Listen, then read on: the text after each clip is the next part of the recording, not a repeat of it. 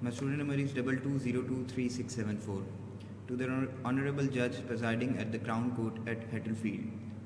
This application is made on behalf of the defendant Mr. John Leinster, who has been charged with offences of burglary contrary with Section 9 of the Theft Act 1968, theft contrary to the Section 1 of the Theft Act 1968, and dangerous driving contrary to Section 2 of the Road Traffic Act 1988.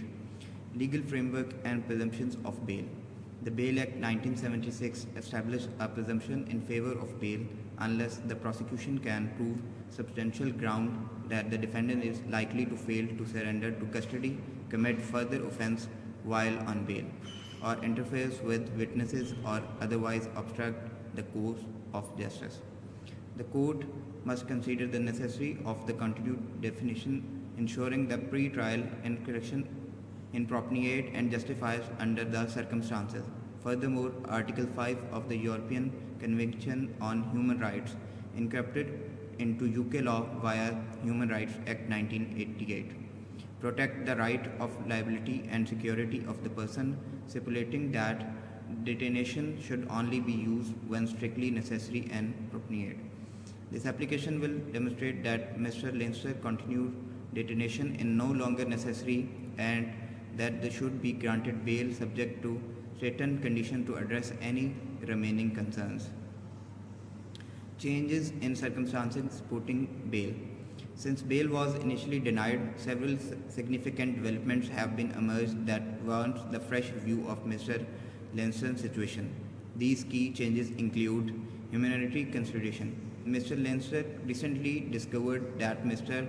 Pine, a woman he considered family, has become seriously ill and is due to discharge from the hospital. As an elder and fairly woman, she usually depends on the neighbor for assistance with daily tasks. However, with that neighbor now traveling abroad for 6 weeks, she will be left without essential support before his arrest.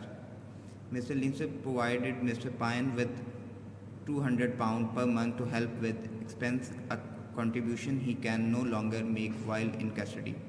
More importantly, this physical presence is equal with ensuring her well-being and day-to-day care.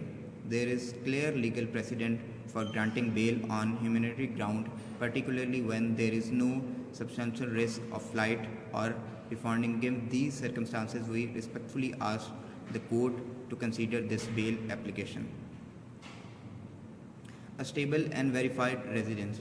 A concern raised in the initial bail hearing was that Mr. Leinster lacked a fixed address in Hettlefield. However, he has now secured accommodation at Brown Boulevard, South Shields, where he will be staying with Mrs. Pine while caring for her. Having a stable and verifiable residence significantly reduces any concern regarding the risk of addressing bail concerns. Risk of filing to appear in court. The prosecution have argued that Mr. Leinster poses a flight risk, but the facts do not support this claim. He has never failed to attend court proceedings and demonstrate a commitment to complying with legal obligations. To further refuse the court, Mr. Leinster is willing to surrender his passport and all travel documents as well as comply with daily check-ins in the designated police stations. Risk of refunding. This is important to highlight that Mr. Leinster has no history of theft and burglary. He passed convictions and limited to monitoring offences, which do not indicate a pattern of dishonestly crimes. Additionally, he now has full-time lawful employment, which further lowers any risk of refunding. If necessary, the court can impose an electric tag and curfew condition to provide additional overnights. Concerns about witnesses, interference, and admission of evidence. The prosecution has introduced negative character evidence regarding Mrs. Dennis Snow, a key defense witness. However, under the Criminal Justice Act 2003, character evidence should only be admitted if it holds significant probative value in assessing a witness' credibility. Mrs. Snow's prior conviction pertains to professional misconduct rather than dishonesty in personal matters, meaning her credibility as an employer. Witness remains intact.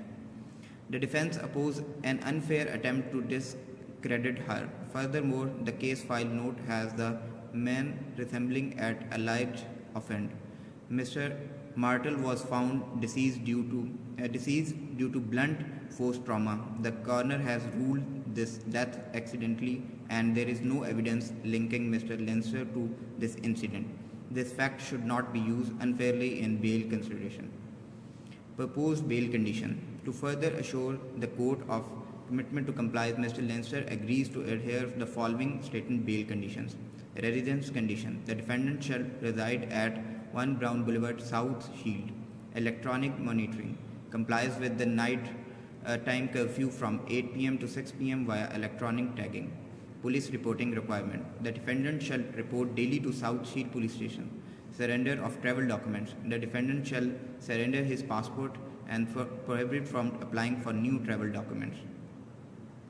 In light of significant changes in circumstances, including humanitarian consideration, employment stability, and the verifiable address, continued detention in the neither necessary nor prohibition, the proposed bail conditions equitably mitigate any concern raised by the prosecution. Accordingly, we respectfully request the court grant bail with the proposed condition. Sir, any question? What has changed since bail was first refused? Since the initial refusal, Mr. Leinster has secured stable accommodation, a full-time job, and he pressing humanitarian reasons for release. These factors reduce any risk of refunding, making continued detention unnecessary.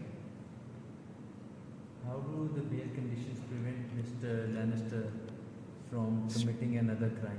Strict conditions including electronic tagging, a curfew, daily police checking, and geographical restrictions from Hattlefield will closely monitor his movement and ensure compliance with the law.